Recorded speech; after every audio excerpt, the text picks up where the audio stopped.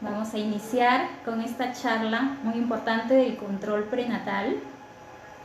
Cada vez hay más mujeres interesadas en aprender más acerca de qué es lo que deberían reconocer como riesgo durante su gestación, durante su parto y su posparto. Soy la doctora Reina Chumacero, soy ginecóloga y hoy vamos a conversar acerca del control prenatal. Bueno, como sabemos, en el mundo la tasa de mortalidad está disminuyendo, sobre todo en nuestro país. A lo largo de los años ha ido disminuyendo. Aún así, sigue siendo un número considerablemente alto cuando se trata de mortalidad que se puede prevenir. La mayor cantidad de muertes se produce por hemorragias severas, por trastornos de la presión en las gestantes, por abortos que producen sangrados masivos, por infecciones severas, y todas ellas tienen ya protocolos de tratamiento que nosotros conocemos, pero necesitamos que las pacientes sepan reconocer esos signos de alarma y puedan acudir a una atención con su médico en un momento oportuno. La mortalidad todavía asociada a la gestación sigue siendo alta. 830 mujeres mueren al día por causas relacionadas a la maternidad, ya sea complicaciones en el parto o en el posparto. ¿Ok? Entonces, esta charla es muy importante para nosotros poder reconocer cuáles son esos signos de alarma. ¿Ya? ¿Ok?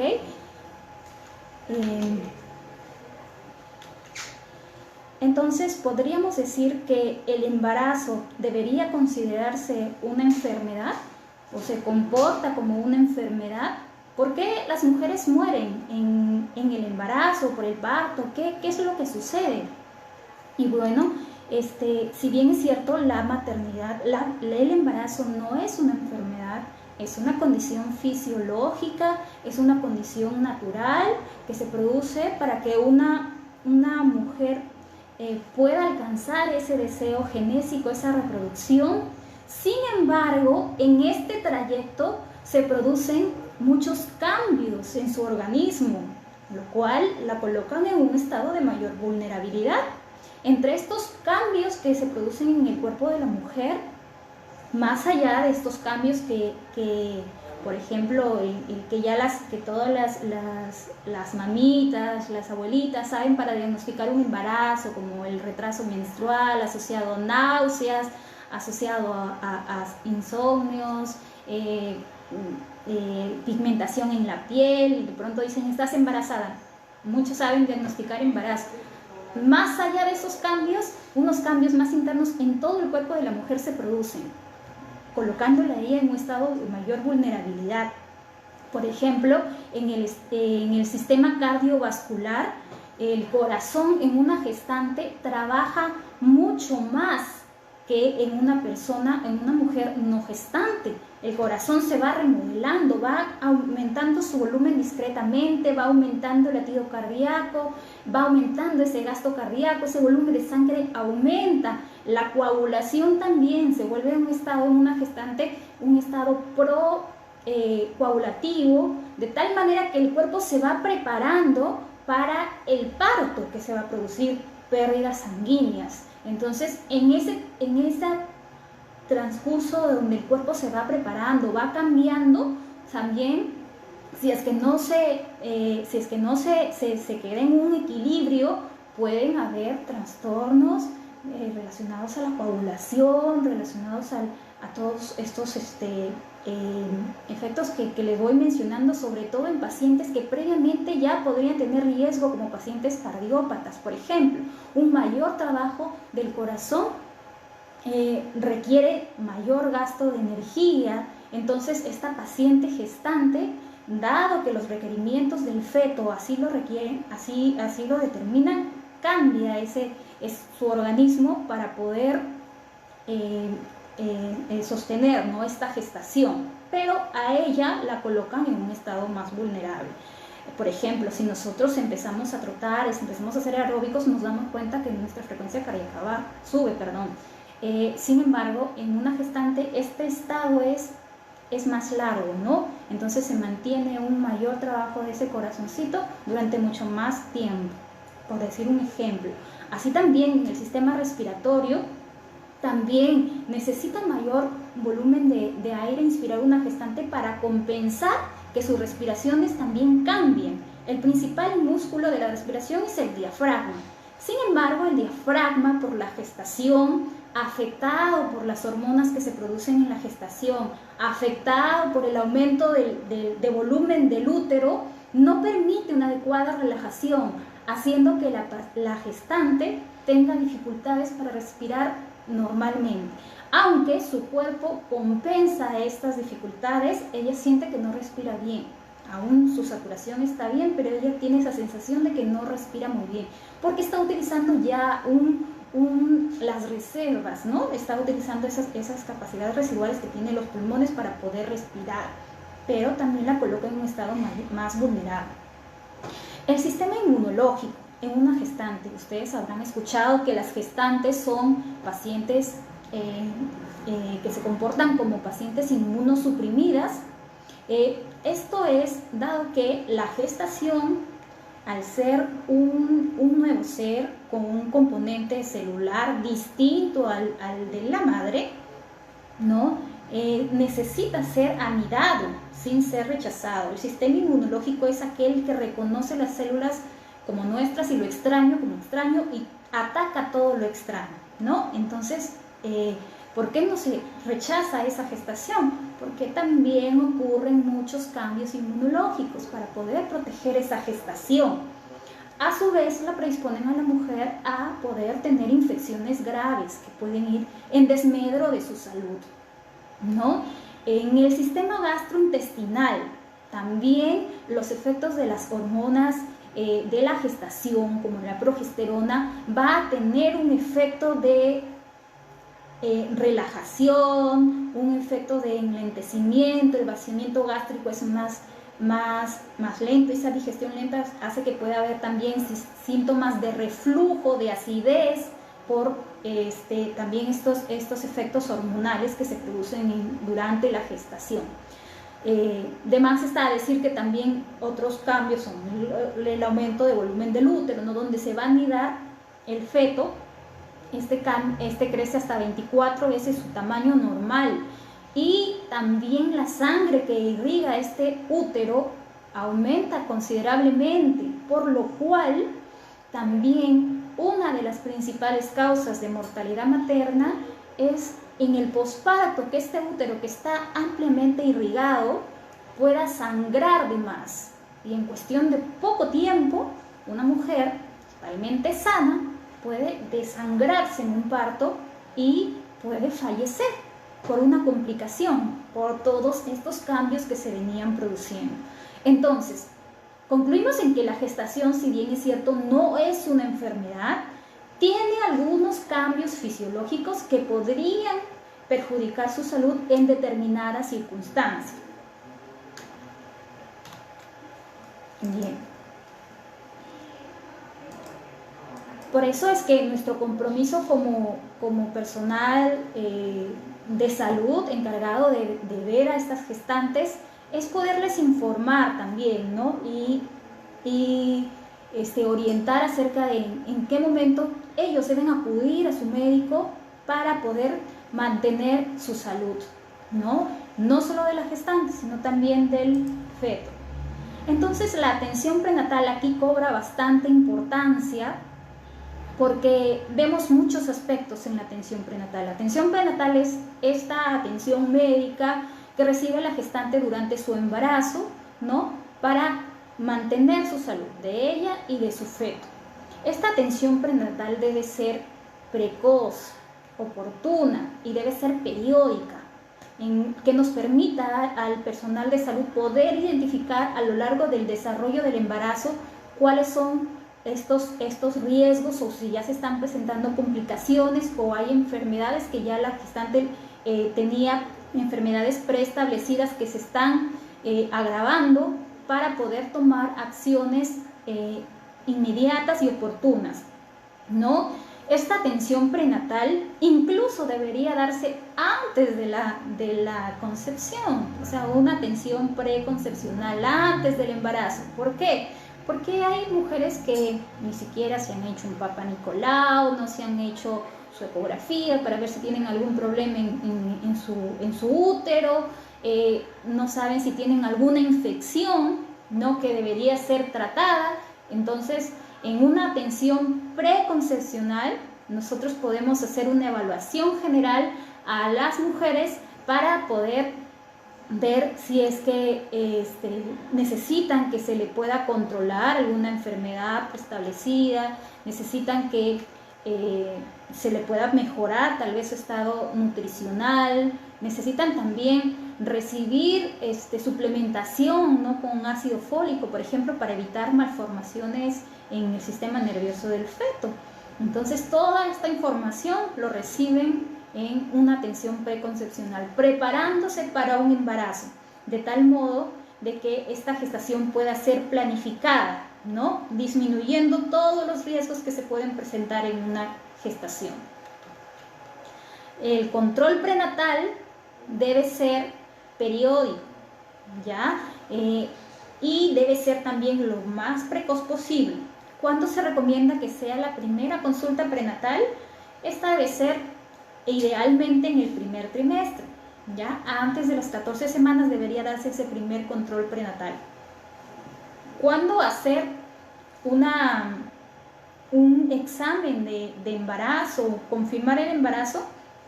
Por lo general, las sospechas vienen de un embarazo, como ya lo mencionaba antes, por estos síntomas, ¿no?, de retraso menstrual, de náuseas matutinas, sensibilidad en las mamas, se tiñe un poco la carita, y hay una sospecha de embarazo. Entonces, ¿cuándo se deberían de hacer estos exámenes confirmatorios del embarazo? Debería hacerse al menos unas 2 semanas a 4 semanas de este retraso, cuando debería haber llegado la regla, 2 semanas a 4 semanas, considerando que tenemos ya unas 6 a 8 semanas. Hacemos una prueba de embarazo, confirmamos luego por ecografía de salir la prueba de embarazo positiva, confirmamos que la gestación esté dentro del útero, ¿no? Entonces, ya una vez diagnosticado este embarazo intrauterino, iniciamos los controles prenatales. Para iniciarlos precozmente, entonces consideramos que estos deben realizarse antes de las 14 semanas, un primer control. En este primer control vamos a ver toda una serie de conceptos que nos ayudan a identificar riesgos en esta paciente. Los demás controles van a ser cada 4 semanas hasta las 28 semanas y luego cada 2 semanas hasta las 36 semanas, luego semanalmente hasta el parto. Bien, la importancia de la primera consulta prenatal está en que en esta primera consulta nosotros realizamos diversas preguntas para identificar riesgos ya preexistentes en las pacientes. Ya hacemos una historia clínica detallando la edad, identificamos la edad de riesgo, por ejemplo, está entre menores de 15 años, mayores de 35 años, tienen mayor riesgo, ¿no? La mortalidad materna está asociada más en estas edades. También evaluamos su historial médico. Hay pacientes que tienen enfermedades renales crónicas, pacientes que son cardiópatas, enfermedades pulmonares, que de por sí ya tienen sus sistemas afectados, más la sobrecarga del embarazo, podrían estas enfermedades descompensarse.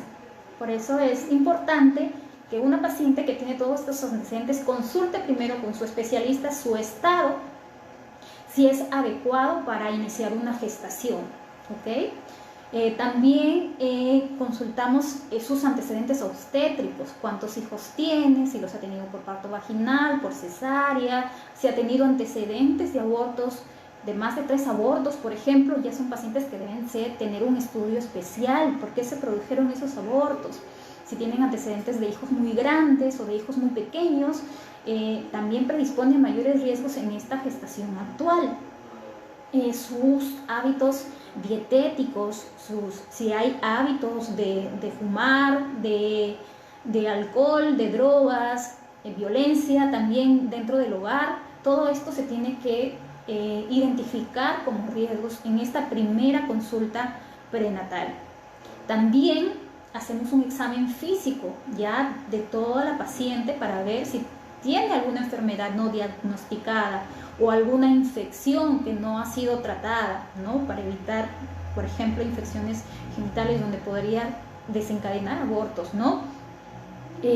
También derivamos al odontólogo para que pueda hacer una evaluación en general, donde pueda tener a ver un foco de infección que podría condicionar, como ya lo decían, los pacientes tienen la inmunidad suprimida, podrían condicionar enfermedades mayores, infecciones generalizadas. También podemos derivar al psicólogo también para una evaluación psicológica, ¿no? También pedimos toda una serie de exámenes, ¿no? Con estos exámenes pedimos un hemograma para identificar si hay anemia, ¿no? La gestante, el feto al requerir sus nutrientes y el hierro va a tomar de la madre y esta podría condicionarse a ser anemia, ¿no? Además de los cambios que ya se producen en el embarazo por una hemodilución, que es la sangre se vuelve más diluida, pueden las gestantes a lo largo del embarazo tener esa predisposición a ser anemia. Además pedimos también unos exámenes de sangre para ver el grupo sanguíneo, el factor RH, para ver si es que tiene una paciente riesgo de tener un bebé que no sea compatible con su grupo sanguíneo y pueda desarrollar una enfermedad incluso dentro del útero por esa incompatibilidad. Podría fallecer dentro del útero por esta incompatibilidad, ¿no? Entonces es importante detectar esto a tiempo también. Pedimos también un examen de orina en el cual buscamos si es que hay infecciones urinarias asintomáticas, ¿no? Las cuales debemos de tratar a tiempo. También buscamos si la gestante pierde proteínas por la orina, ¿no? Que nos podrían alentar de que estuviese haciendo una preeclampsia, ¿no? Una enfermedad de la presión arterial en la gestante que podría ser muy grave. Entonces pedimos también estos exámenes. También descartamos enfermedades de transmisión sexual como VIH, hepatitis, sífilis, ¿no? También pedimos estos exámenes y algunos exámenes especiales para algunas pacientes. También me olvidaba de la glucosa, que también hacemos seguimiento durante la gestación, ¿no? Uno de los cambios que se produce durante la gestación es ese estado potencialmente diabetogénico que tiene la gestante, ¿no? Que la gestación influenciada, el sistema endocrino influenciado por estas hormonas de la gestación, como en este caso el lactógeno placentario, hace que la paciente tenga una resistencia a la insulina, ¿sí? Eso que se le conoce como prediabetes. Entonces, esto hace que en mujeres que no compensan adecuadamente esta resistencia a la insulina, ¿no? Se forme se dé una enfermedad conocida como diabetes gestacional, que podría condicionar mayores riesgos para la paciente y para su bebé también, ¿no? Entonces también hacemos seguimiento en los exámenes de laboratorio con la glucosa en sangre, ¿no? El azúcar en sangre. Además también damos consejerías, ¿no? Damos consejerías acerca de la alimentación, damos consejerías acerca del trabajo de parto, vamos preparando también a la paciente, le enseñamos cómo reconocer un trabajo de parto, damos también consejerías acerca de la lactancia, ¿no? Y también en el control prenatal recetamos suplementos nutricionales como el hierro, el ácido fólico, el calcio, ¿no? En algunas pacientes con especial riesgo a sufrir preeclampsia, damos también aspirina como para prevenir efectos graves de una futura preeclampsia. Y programamos sus citas periódicas, ¿no? Ahora, si bien es cierto, se recomienda que toda gestante debe tener al menos 8 controles prenatales. Estos se van a individualizar de acuerdo a la paciente. Como ya mencionaba, no todas las pacientes tienen el mismo riesgo. Entonces, de acuerdo a la paciente y de acuerdo también al estado fetal, nosotros vamos a programar las citas, ya sea un tanto más cercanas, para poder vigilar más de cerca a las pacientes que tienen mayor riesgo. Entonces, como ustedes ya sabrán, en un control prenatal tomamos siempre la presión arterial, medimos el crecimiento del útero, ¿no? Para evaluar el crecimiento fetal. También vemos el aumento de peso de las pacientes, ¿no? No deberían las pacientes gestantes sobrepasar más allá de 12 kilos durante una gestación, ¿no? En algunos casos muy particulares hasta 15, pero no se debería ir más allá de ese peso. Y siempre evaluamos que el feto esté vivo, ¿no? Escuchándole los latidos al bebé en cada de nuestras visitas regulares. También, bueno, ahora es importante las ecografías obstétricas, ¿no? Nos ayudan bastante a hacer un seguimiento ya más detallado del feto. Recuerden que nosotros vemos a dos pacientes a la vez, ¿no? La gestante por un lado con algunas complicaciones y por otro lado el feto. El feto también puede venir ya con sus problemas genéticos, cromosómicos, o al no haber un adecuado aporte por la placenta de sus necesidades, puede este feto restringir su crecimiento, puede estar en condiciones de riesgo. Entonces, en este aspecto la ecografía nos ayuda bastante. ¿Cuándo deberían realizarse su primera ecografía? Bueno, la primera ecografía debería realizarse idealmente en el primer trimestre. Ya esta ecografía del primer trimestre, idealmente pasadas las 8 semanas al menos, nos ayuda a identificar si la gestación se ha implantado adecuadamente en el útero, si el embrión tiene latido cardíaco, si es una sola gestación o son múltiples. Nos da datos muy importantes y también nos ayuda a verificar adecuadamente la edad gestacional del feto, ¿no? Hay pacientes que son muy irregulares en la fecha de su última regla y altera la edad gestacional del feto. Entonces, con la primera ecografía nosotros corregimos estas fechas de última regla que son irregulares, que no nos dan un buen referente para calcular la edad gestacional, y nos quedamos con esa edad gestacional que nos da la primera ecografía. ¿Ya? También hay una ecografía especial que se hace en el primer trimestre, que es la ecografía genética. Le llamamos así porque nos ayuda a valorar algunos marcadores ecográficos en el cual podríamos estar frente a alguna malformación fetal secundaria a alteraciones cromosómicas, ¿no? La más frecuente, el síndrome de Down, nos ayuda a detectar, son marcadores, son indicadores de probabilidad, ¿ya? No nos diagnostica un síndrome de Down, pero sí nos puede decir: aquí hay un fetito que sí tiene una alta probabilidad de tener ese síndrome de Down, ¿no? Y como sabemos, estas alteraciones cromosómicas vienen ya acompañadas muchas veces de otras afecciones, ¿no? En el feto.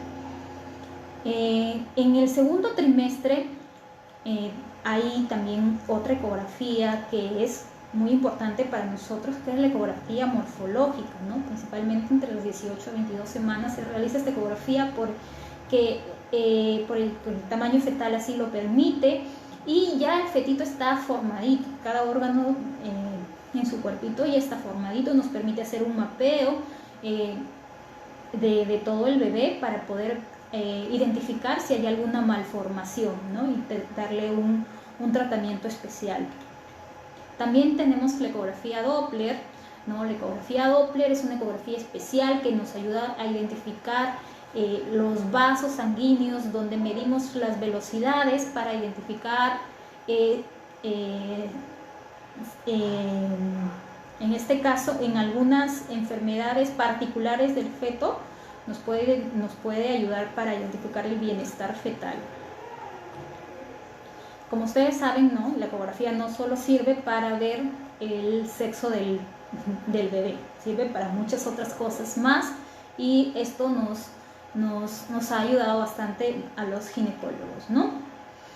Otro tema también muy importante que está en boga ahora en el contexto de la pandemia es la vacunación en la gestante, ¿ya?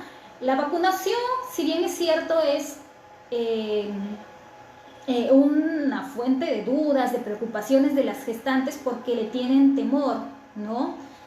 Algunas preguntan, ¿debería vacunarme? ¿No debería vacunarme? ¿Le hace daño a mi bebé? Y en realidad la vacunación está comprobada de que no produce algún efecto adverso en la gestante. La gestante, como cualquier otra paciente, debería vacunarse, pero se toman medidas de seguridad. Por ejemplo, se recomienda que esta vacunación sea a partir del tercer trimestre, no por el bebé, no, porque el bebé, como recuerdan, no tiene tan desarrollado su sistema inmunológico para formar esas defensas.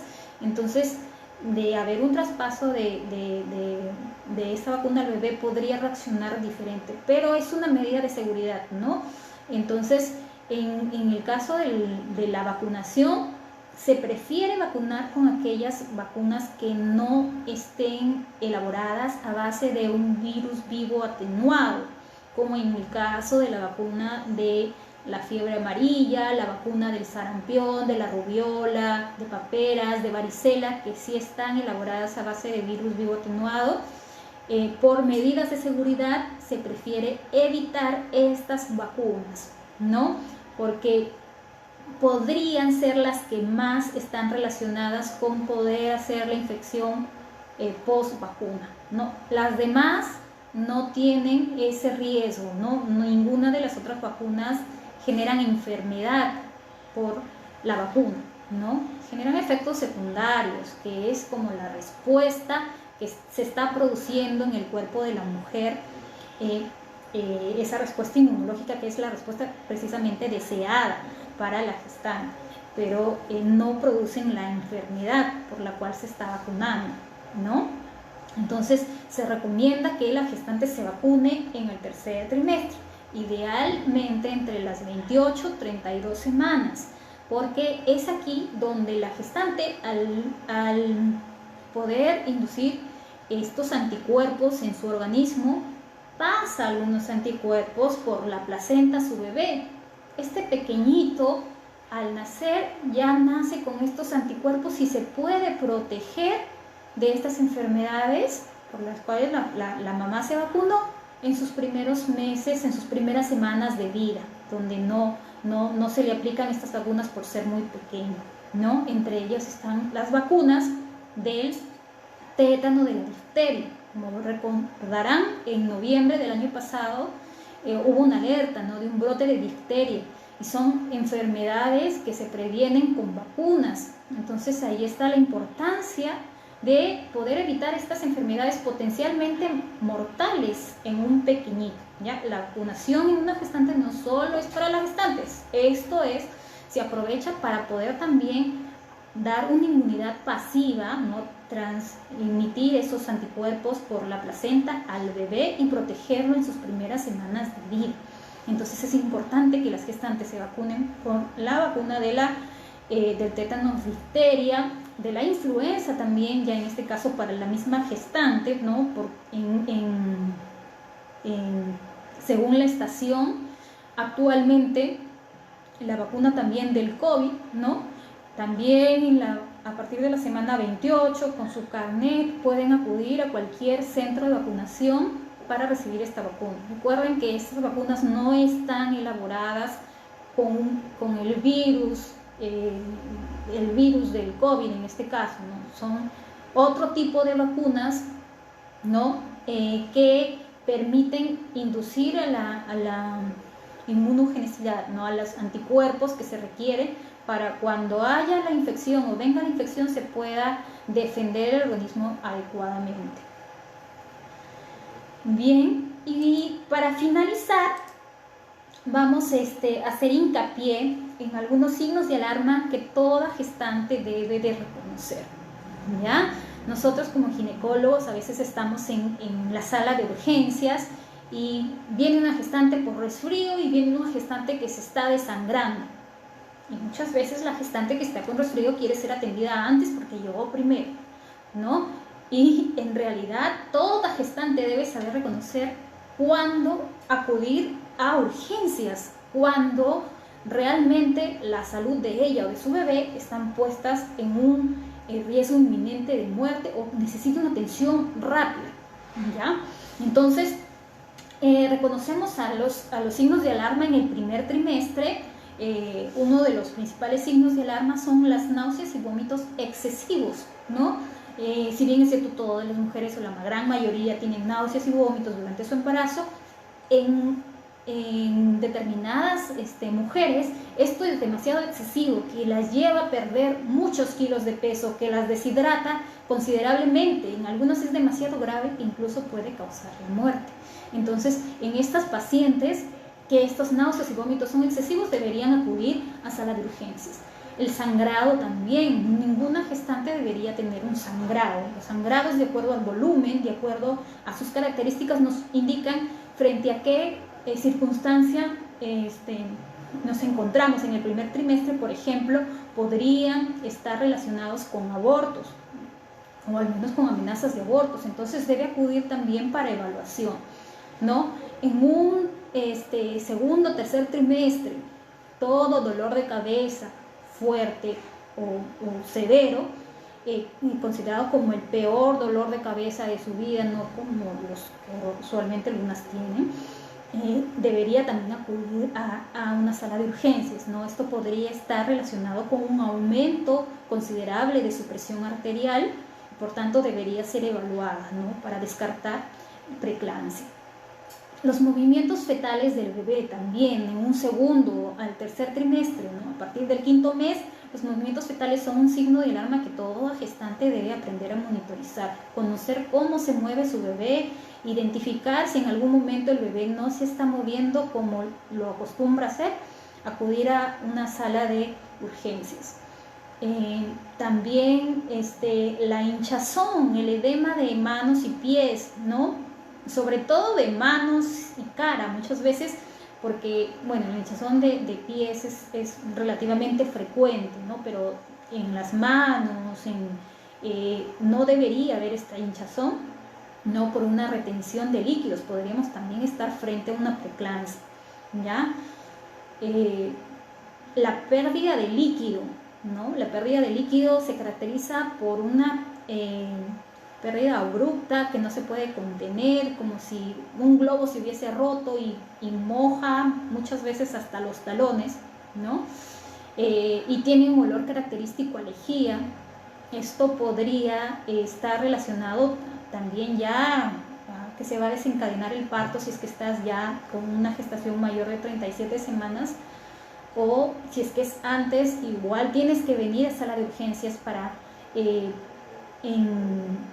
poderte hospitalizar por el riesgo que eso conlleva, ¿no? A que se adelante el parto. Y después del parto también hay que considerar que se tiene que vigilar también signos de infección, signos de sangrado excesivo, ¿no? Como si tienes fiebre o el sangrado de los loquios es muy abundante, tienes que también acudir a sala de urgencias, ¿no? Si tuviste un corte por el parto, para ayudarte en la que se llama la episiotomía, también hay que vigilar que la cicatrización sea adecuada, ¿no? Si es que esta cicatriz se ha abierto, se ha infectado, también tienes que acudir a sala de urgencias, ¿no? Asimismo también la cicatriz de la cesárea también se debe de revisar, ¿no?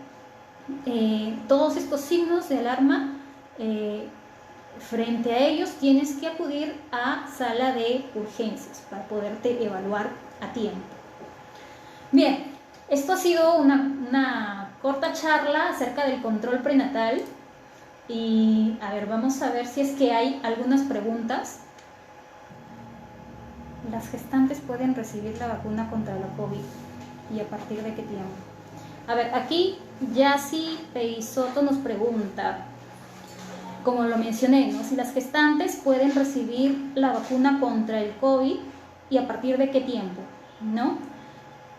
Ya lo mencionaba, ¿no? Está aprobado con la norma técnica del MINSA que toda gestante con 28 semanas o más puede acudir a cualquier centro de vacunación portando su tarjeta de control prenatal y su DNI. ¿Ya? No necesitan, a lo mucho, los efectos secundarios por esta vacuna van a ser tal vez como un tipo resfriado, no dura más de 3 días. Puede medicar con paracetamol, y recuerden que mayor es el riesgo de sufrir la enfermedad grave, ¿no? Como hemos visto en esta ola pasada, muchas gestantes fallecieron por COVID, muchas gestantes ingresaban a cuidados intensivos por COVID. Entonces recuerden que la vacunación puede prevenir estas formas graves, así que no dejen de acudir a su centro de vacunación, ¿ok?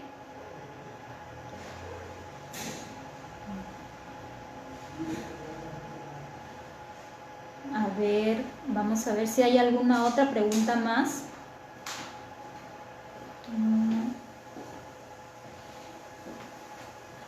Aquí Milagros Elizabeth nos pregunta también, ¿cada cuánto debo de hacer los controles prenatales y la ecografía? Bueno, como ya lo mencionaba también, los controles prenatales, el primer control prenatal debe hacerse durante el primer trimestre de embarazo, ¿ya? Es un control precoz, se le considera cuando se hace en el primer trimestre, y luego cada mes se hace el control hasta las 28 semanas. Luego cada 2 semanas hasta las 36 semanas y luego cada semana hasta el parto. En algunas pacientes que tengan algún riesgo adicional se les podrá hacer controles adicionales. ¿Tenemos más preguntas?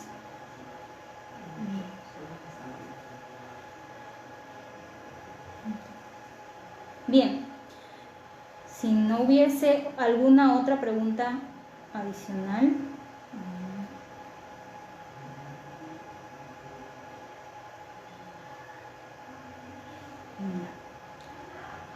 Recuerden que nos pueden visitar en la clínica Besalio. Estamos realizando paquetes especiales para las gestantes. No dejen de acudir. Recuerden que su salud es importante y debe ser cuidada y protegida.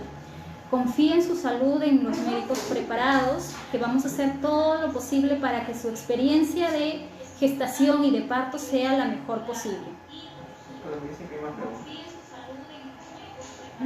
Hay más preguntas. No puedo leer más preguntas. No sé si...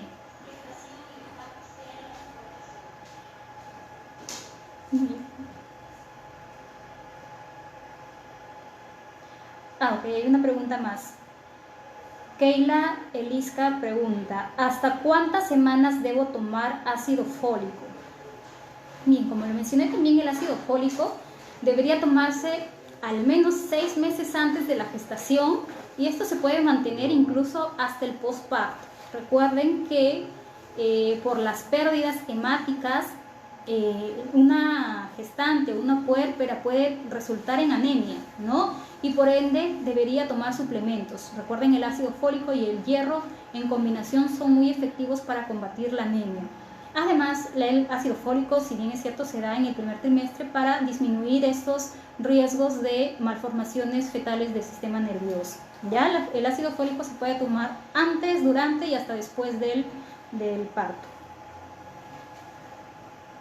Ahora sí creo que ya no hay más preguntas.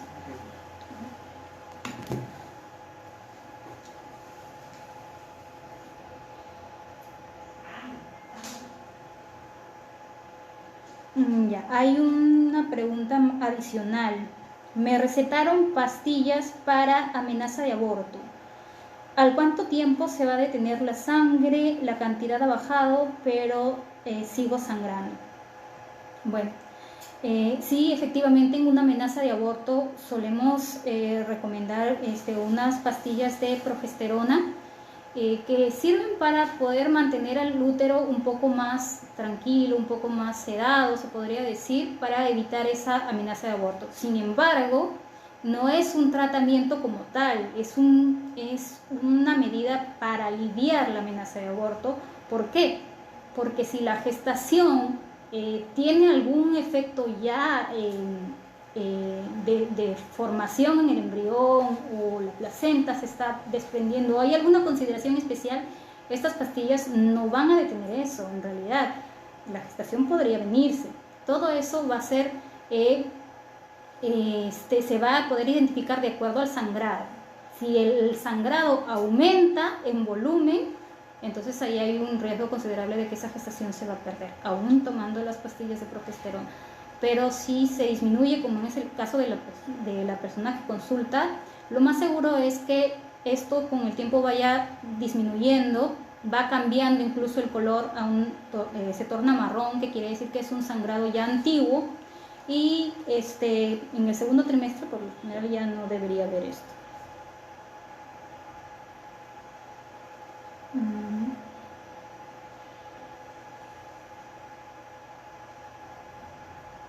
También preguntan, ¿sudar por las noches es normal? Tengo 32 semanas.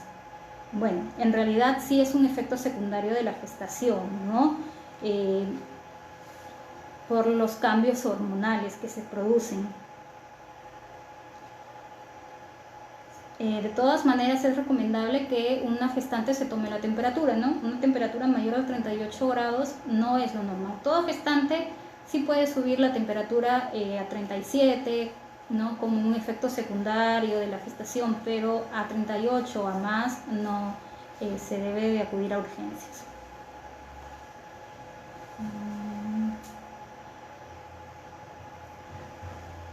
Hay una consulta más de ¿se pueden hacer ejercicios físicos en la etapa de gestación?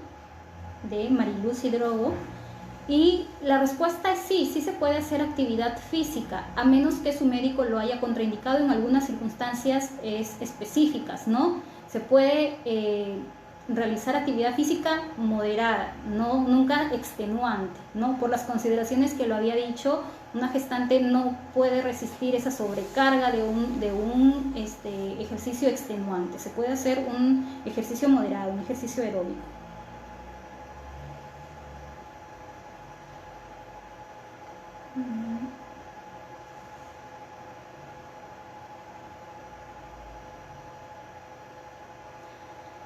Bueno, preguntan acerca de qué medicamentos tenemos que evitar durante el primer trimestre.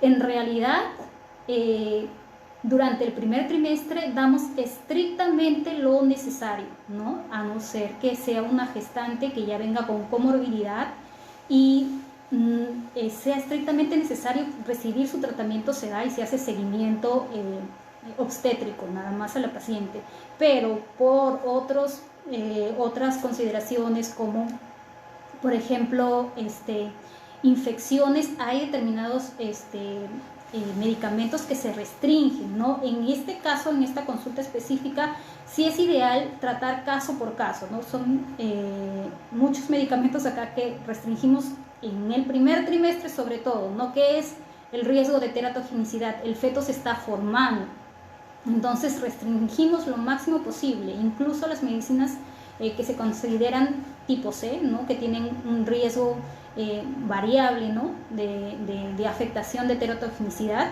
Se recomienda que durante el primer trimestre solamente lo estrictamente necesario.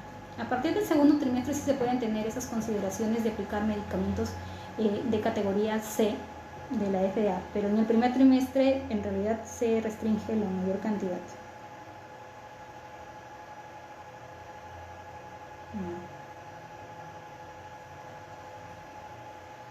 Bien, ha sido un gusto poder compartir con ustedes esta charla y recuerden conectarse, seguirse conectando todos estos días, se van a estar brindando más charlas educativas y recuerden también a todas las gestantes poder sacar su cita con nosotros para poder controlar su embarazo y para poder seguirlos guiando en este proceso que es muy bonito, pero que se tiene que tomar consideraciones para su cuidado, para mantener su salud. Gracias.